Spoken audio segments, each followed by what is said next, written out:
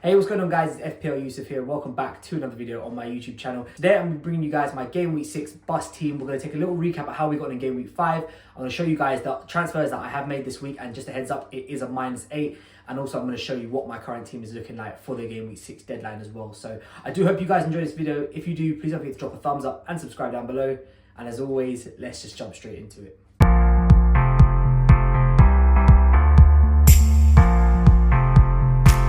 Okay, welcome back guys. Thank you so much for being here with me today on my YouTube channel for another video. So let's just quickly go over what this series is. For anyone who's watching this for the first time, if you haven't seen this before, this is FPL Bust Team, and basically what it is we go for the most optimal team every week. We see no care to how many transfers we're taking, how many minuses we're doing. This team and this series is solely about just putting out the most optimal squad that we can do for this specific game week. Obviously, there is some long-term planning involved with it. You know, like with Manchester City assets this week, for example, we're thinking, you know, they've got a good couple of fixtures over the next sort of 3-4 weeks. But for the most part, it is solely just trying to get the best team out and the highest score for this individual game week. So let's take a look at how we got on in Game Week 5. We finished on 48 points overall. A little bit of an underwhelming week. It puts us at 5.8 million, I think we are right now. So the overall rank's not looking too great on this account. But obviously, like I said, we are taking minuses every week, and we're just trying to just see how high we can finish with it. So the overall team, like I said, it did okay compared to what the average was. Defense for the most part was pretty poor. Obviously, no clean sheet for Matt Sells, only 3 points.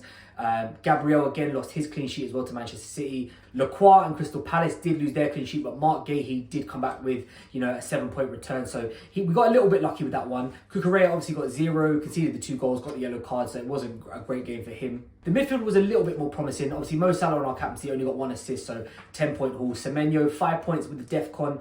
We don't mind that. Kudus got himself 7 points, again, sort of one of the biggest scorers this game week. Probably should have had a bit more, actually, to be fair. I don't know how he didn't end up with more bonus points than what he ended up getting by the end of the game. So yeah, a little bit disappointing there. I feel like that one could have been a little bit higher. Gakpo in Liverpool, obviously, you know, disappointing again. Only 2 points, got the I say early sub. He made it to the 60th minute, but obviously did get pulled off. João Pedro again. I think that Chelsea game was just kind of messed up from the start by that red card, so I can't really put too much emphasis on his performance. And Ekitike scoring, getting himself the bonus points as well. He's still going to be on our team for next week. We're going to get onto that now with our transfer plans. But overall, like I said, decent-ish game week, 48 points, 5.8 million, but we've got a lot of work to do. So let's see what transfers I have made for this coming game week. Okay, so like I said in the intro, 3 transfers this week. A -8 has been taken, and it is all for Manchester City. So we'll start off first. Erling Haaland coming straight into my team. Ekitike is going out. 2 reasons. Number one, I think that as each week goes past, I think his minutes are going to become a little bit more of a problem. Isak will start to build up more fitness. Obviously, if you watched the Liverpool game last night, timestamp, I'm recording this on Wednesday morning, Isak did get his goal in his game. Ekitike did also score, but he got himself sent off in the 86th minute, which means he's going to be unavailable for this game week 6 against Crystal Palace. So he's going to have to go, but it's fine because we are bringing in Erling Haaland, who's playing against Burnley. Is there a chance for a triple captaincy this week? Potentially. It's something that I'm considering, but for the time being, I just wanted to make sure I got him into the side. I moved, obviously, Mohamed Salah out to fund that Haaland move. I have brought in Phil Foden. It's a little bit of a differential. I was kind of weighing up between Foden and Doku as to which midfielder I'd want. I've gone for Foden. I just think that, you know, his ceiling is maybe a little bit higher than Doku. I think there's probably a little bit more chance of a goal threat from him. So yeah, he's the first minus in the team, is a -4. Also, we took another -4 in defence to bring in Ruben Diaz. I got rid of Reynaldo, who got himself sent off last game, so he was going to be missing this game as well. So Ruben Diaz coming in. I think Manchester City's clean sheet should almost be guaranteed this week. You can never say never, but I think it should be quite high and quite close. So yeah, that is my 3 transfers this week. Like I said, there's a -8.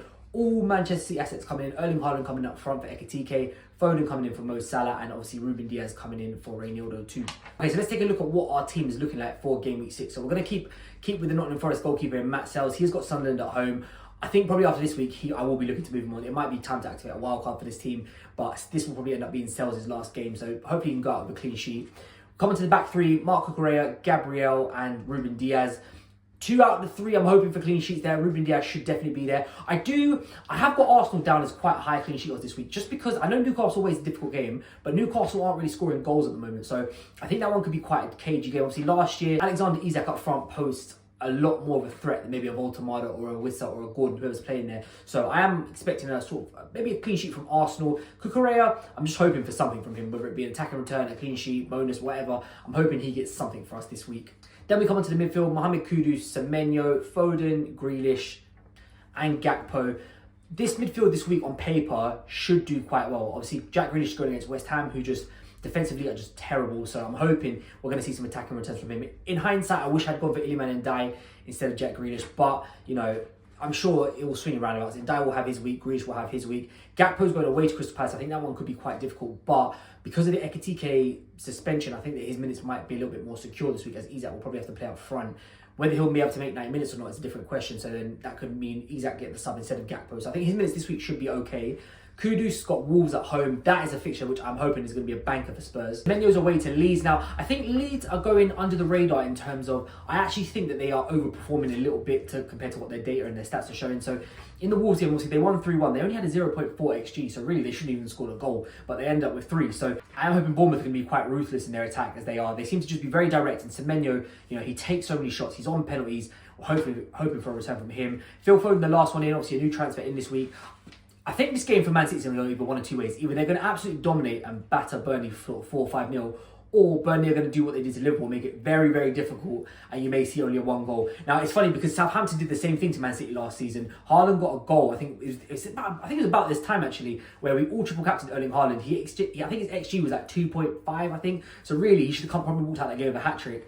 And he only came out with 1 goal, and Man City won 1-0. So yeah, I think this game will probably go either one of two ways. Either Man City are just going to open the floodgates and just go for it, or Burnley are going to sit back in sort of 2 banks of 5 and just really frustrate them. So I'm hoping Phil Foden will bring the creativity which will unlock the defence.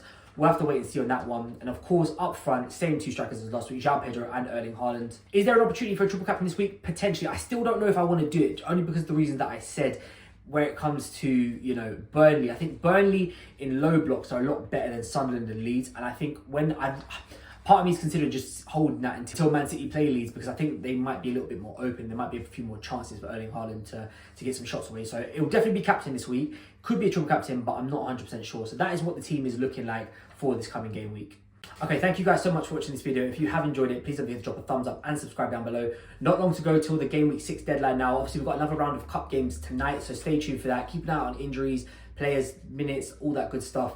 I'll be back tomorrow with a final team selection video. I'm going to try and get it done sort of Thursday evening, Friday morning, just to give myself enough time that if I need to make any more changes on Wildcard for my transfer plans on Monday, then, I'll give you guys the most up-to-date version of that. So, yeah, stay tuned for that. We've got a lot to talk about in that video. Like I said, we'll cover some key questions, game week odds in terms of DEFCONs, clean sheet odds, goals scored odds. So we've got a lot to talk about in tomorrow's video. So stay tuned for that. But as always, thank you all so much for watching this video. If you have enjoyed it, please don't forget to drop a thumbs up and subscribe down below.